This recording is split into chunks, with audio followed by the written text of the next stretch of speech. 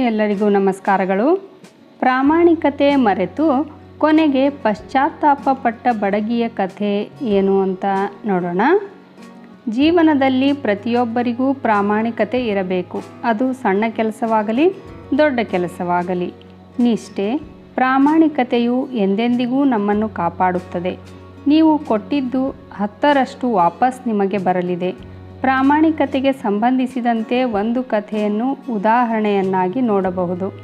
ಬಡಗಿಯೊಬ್ಬ ಪ್ರಾಮಾಣಿಕತೆ ಬಿಟ್ಟಿದ್ದರಿಂದ ಎಷ್ಟು ಪಶ್ಚಾತ್ತಾಪ ಪಡಬೇಕಾಯಿತು ಎಂಬುದನ್ನು ನೋಡೋಣ. ರಾಮಾಪುರ ಎಂಬ ಗ್ರಾಮದಲ್ಲಿ ಒಬ್ಬ ಬಡಗಿ ಇದ್ದ. ಆತ ತನಗೆ ಬುದ್ಧಿ ಬಂದಾಗಿನಿಂದ ಮರಗೆಲಸ ಮಾಡಿಕೊಂಡು ಜೀವನ ಸಾಗಿಸುತ್ತಿದ್ದ. ಒಬ್ಬ ಕಾಂಟ್ರಾಕ್ಟರ್ ಬಳಿ ತನ್ನ ಜೀವನದ ಬಹುತೇಕ ಸಮಯ ಕೆಲಸ ಮಾಡಿದ. 60 ವರ್ಷದ ನಂತರ ಇನ್ನು ಕೆಲಸ ಮಾಡಲು ಸಾಧ್ಯವಾಗುವುದಿಲ್ಲ ಎನಿಸಿ ಮರಗೆಲಸದಿಂದ ನಿವೃತ್ತನಾಗಲು ಬಯಸಿದ. ಪತ್ನಿ ಹಾಗೂ ಕುಟುಂಬದೊಂದಿಗೆ ಮುಂದಿನ ಜೀವನವನ್ನು ಕಳೆಯಲು ಬಡಗಿ ನಿರ್ಧರಿಸಿದ. ಈ ವಿಚಾರವನ್ನು ಆತ ಇಷ್ಟು ದಿನಗಳ ಕಾಲ ತಾನು ಕೆಲಸ ಮಾಡುತ್ತಿದ್ದ ಕಾಂಟ್ರಾಕ್ಟರ್ ಬಳಿ ಪ್ರಸ್ತಾಪಿಸುತ್ತಾನೆ. ಆ ವಿಚಾರ ಕೇಳಿ ಕಾಂಟ್ರಾಕ್ಟರ್ ಬಹಳ ಬೇಸರ ವ್ಯಕ್ತಪಡಿಸುತ್ತಾನೆ.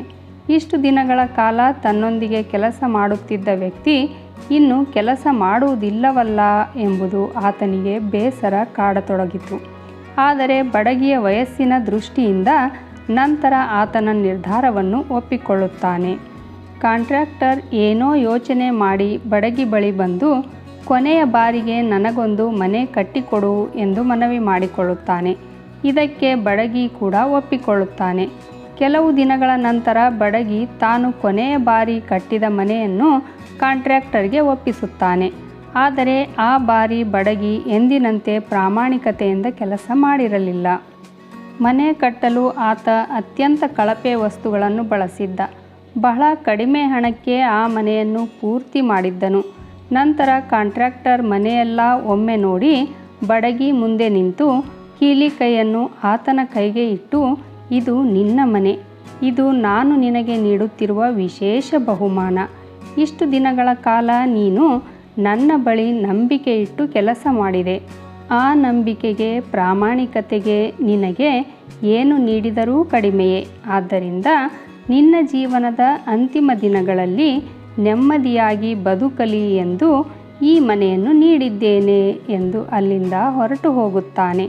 ಆ ಮನೆ ನನಗಾಗಿಯೇ ಎಂದು ತಿಳಿದ ಆ ಬಡಗಿ ಬಹಳ ಬೇಸರ ವ್ಯಕ್ತಪಡಿಸುತ್ತಾನೆ. ಕಾಂಟ್ರಾಕ್ಟರ್ಗೆ ನನ್ನ ಮೇಲೆ ಎಷ್ಟೊಂದು ನಂಬಿಕೆ. ಇಷ್ಟು ದಿನಗಳ ಕಾಲ ಪ್ರಾಮಾಣಿಕತೆಯಿಂದ ಇದ್ದ ನಾನು ಈ ರೀತಿ ಮಾಡಬಾರದಿತ್ತು. ಆ ಕಾಂಟ್ರಾಕ್ಟರ್ ನನ್ನ ಮೇಲೆ ಇಟ್ಟಿದ್ದ ನಂಬಿಕೆಗೆ ಮೋಸ ಮಾಡಬಾರದಿತ್ತು ಎಂದು ಪಶ್ಚಾತ್ತಾಪ ಪಡುತ್ತಾನೆ.